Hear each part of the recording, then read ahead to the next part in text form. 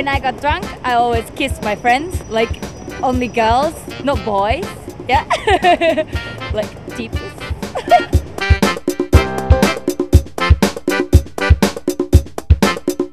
It's something a friend did for me, right? So once I'd drinking far too much and needed to throw up. So a friend stuck his entire hand down my mouth. So I'm still about here, and like dangled around my tonsils a lot, and nothing happened. I had to go to bed without throwing up at all. But he was a good friend, and he tried his best to try and make me throw up. So that was pretty cool. 2 years ago, we decided to do the partnership thing. Little partnership. Do you know what I'm talking about? We're a couple. Do you know, I just look at her laughing away. Right. We went down to Portobello Road and he bought me a fabulous ring. We bought each other a fabulous ring. Solid gold. Had the ceremony, exchanged rings, went on our honeymoon, so to speak. We went to Egypt, and we went on a Nile cruise.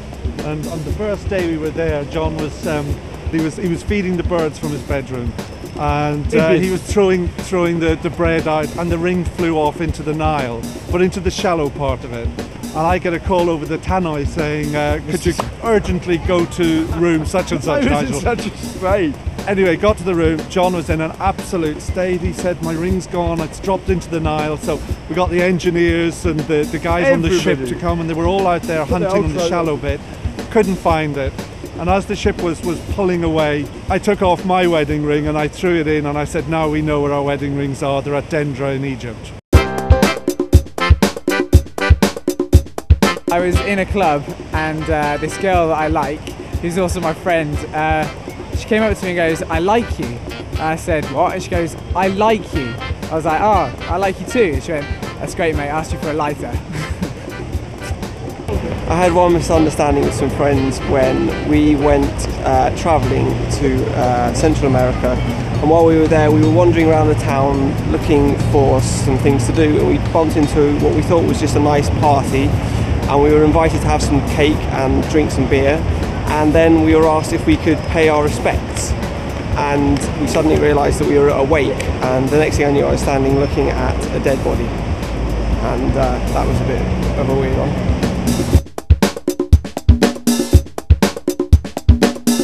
One time my sister and I thought it'd be a good idea to get naked and cover ourselves in flour and bike down our driveway, which is half a mile long. It's a public driveway, so that was embarrassing, especially when our hockey billet boys started driving up the driveway.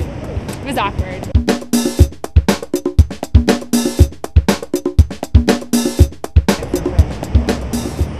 Probably up to the elbow.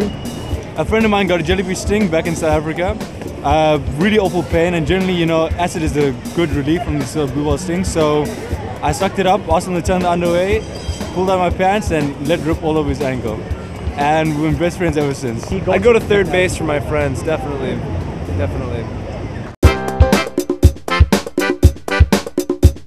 A friend of ours is really hairy, and we put him on stage in front of 3,000 people and took the hair off his back. All for charity. He got £6,000 for cancer research for it as well.